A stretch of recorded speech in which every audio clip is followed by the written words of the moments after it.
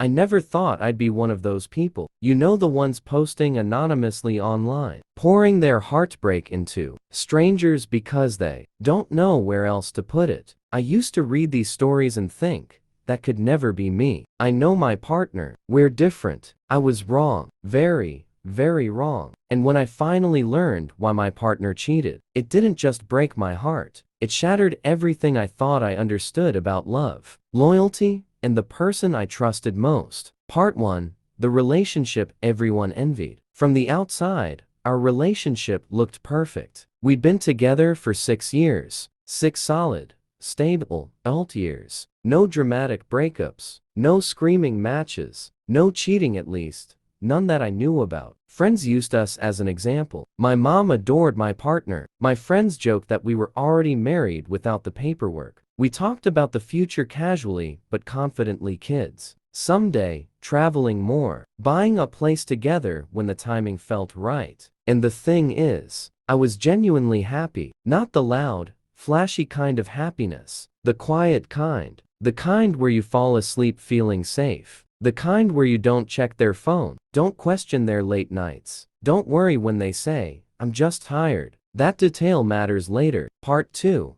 The first red flags I ignored. Looking back, the signs were there. They always are. My partner started coming home later than usual. Not ridiculously late, just late enough to explain away work stress, deadlines, helping a coworker, traffic. Then the emotional distance crept in. They were still kind, still affectionate, but distracted, like they were physically present and mentally somewhere else. I asked once, gently, if everything was okay. They smiled and said, "Yeah, just tired. Don't worry." And I didn't. Because trust doesn't disappear all at once. It erodes quietly. Part 3. The discovery I wasn't looking for. I didn't catch them cheating through some dramatic confrontation. No lipstick on a collar. No suspicious text popping up mid-conversation. No confession. I found out by accident. One night, my phone died while we were watching something together. I grabbed my partner's phone to Google something mundane, like an actor's name. The phone unlocked immediately. That's when I saw it. A message preview at the top of the screen. Not sexual, not flirty, just 4 words. I can't keep lying. My stomach dropped. I know some people say curiosity killed the cat, but in that moment, it wasn't curiosity, it was instinct, survival. I opened the messages. Part 4. The truth hits all at once. There were months of texts. Not daily, not constant, but intimate. Inside jokes, emotional check-ins, long conversations late at night. And yes, eventually, there were messages that crossed the line. "I miss you. I wish things were different. I think about you all the time." I felt numb. When my partner noticed what I was doing, they froze. No yelling, no denial, just silence. That silence told me everything. Part 5. The confrontation. I asked one question. "Who is this?" My voice didn't sound like my own. My partner sat down slowly, like their legs had suddenly forgotten how to work. They said the name. I didn't recognize it. That almost hurt more. I asked the next question. "Did you cheat on me?" They didn't answer right away, and that pause, the hesitation that was worse than a yes. Finally, they whispered, "Yes." Part 6. The reason everyone expected. At first, the explanation sounded like every other cheating story. Loneliness, emotional disconnect, feeling unseen. They said they never meant for it to happen, that it started as talking, that they felt lost, that they didn't want to hurt me. I felt angry but not shocked, until I asked the question that changed everything. Why them? That's when my partner started crying. Not quiet tears, full breakdown. Part 7. The reason that changed everything. Through tears, they said something I wasn't prepared for. They remind me of who I used to be. That didn't make sense. So I pushed, and slowly, painfully, the real reason came out. The person they cheated with wasn't just anyone. It was someone from their past, someone connected to a trauma they'd never fully told me about. Years before we met, my partner had gone through something life-altering. A loss, a failure, a version of themselves they buried to survive. They told me they'd spent years pretending to be okay, pretending to be healed, pretending to be stable, but they weren't. And this person, this affair, wasn't about attraction. It was about escape. Part 8. The part that shocked everyone. Here's the part that shocked everyone, including me. The cheating wasn't about wanting someone else. It was about wanting to disappear. My partner admitted they felt trapped not by me, but by the life they'd built while ignoring their unresolved pain. They said the affair made them feel like they could breathe again, like they could be the broken version of themselves without disappointing anyone, including me. They said, "You see me as strong. They see me as human." That sentence still echoes in my head. Part 9.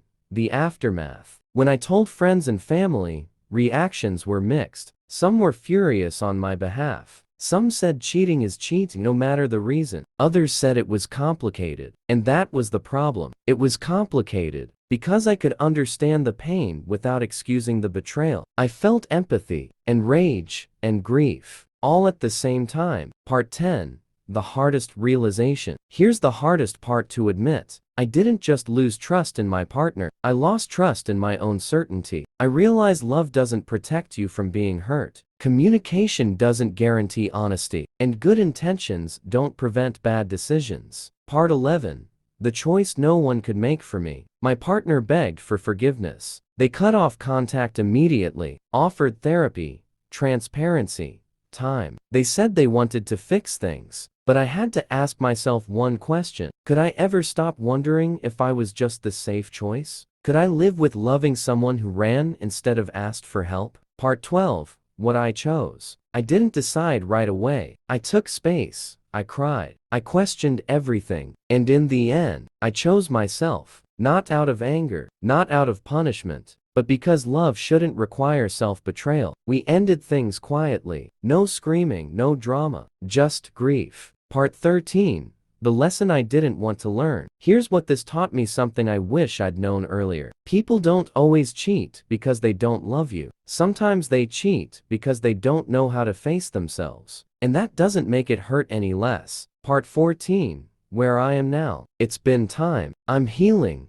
Slowly. Some days I miss them. Some days I feel relieved. Some days I feel both. But I don't regret leaving, because love should feel safe, not confusing. Final thought. If you're listening to this and something feels off in your relationship, don't ignore it. And if you're carrying pain you haven't faced, don't let it destroy the people who love you, because the truth always comes out. And sometimes, the reason hurts more than the betrayal itself. The days after everything fell apart. The first few days after the confrontation felt unreal. We were still living in the same space, but it felt like sharing a house with a ghost. My partner barely spoke unless I asked a question. They moved quietly, careful, like they were afraid. Even breathing too loud would push me further away, and maybe it would have. I kept replaying everything, every laugh, every memory, every moment I thought was genuine. I started questioning things I never questioned before. Was that trip really about work? Were they texting them while sitting next to me on the couch? Did they ever feel guilty? Or just scared of being caught? That spiral is exhausting in a way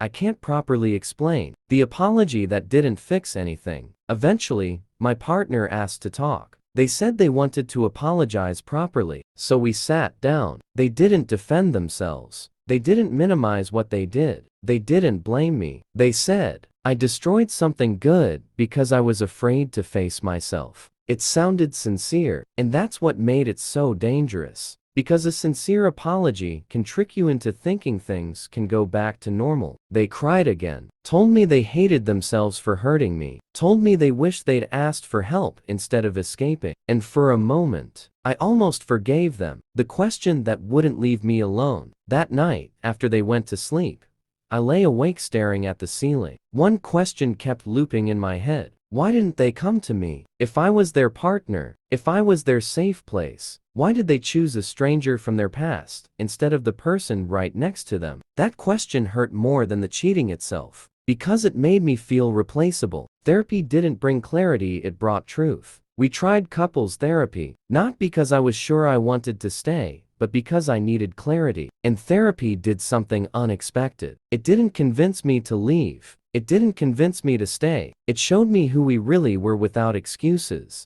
My partner admitted something in one session that hit me like a punch to the chest. They said, "I don't know who I am without pain." They'd spent so long surviving that stability felt unfamiliar, almost threatening. Peace made them restless. And I realized something terrifying. I was offering them a healthy relationship, and they didn't know how to live in one. The moment everything clicked. One day, during therapy, the counselor asked a simple question. "Do you feel emotionally safe with each other?" I answered immediately, "Yes." My partner hesitated. That hesitation told me everything. Not because they didn't care about me, but because they didn't feel safe being honest. And love without honesty isn't love, it's performance. The choice I didn't want to make. People think leaving after cheating is the obvious choice. It's not. Leaving is terrifying. You're not just walking away from a person, you're walking away from a future you already imagine. I grieved the version of our life that would never exist. The holidays, the shared routines, the inside jokes no one else would understand. But staying would have meant something worse. Living in constant doubt, wondering if the next hard moment would push them into another escape.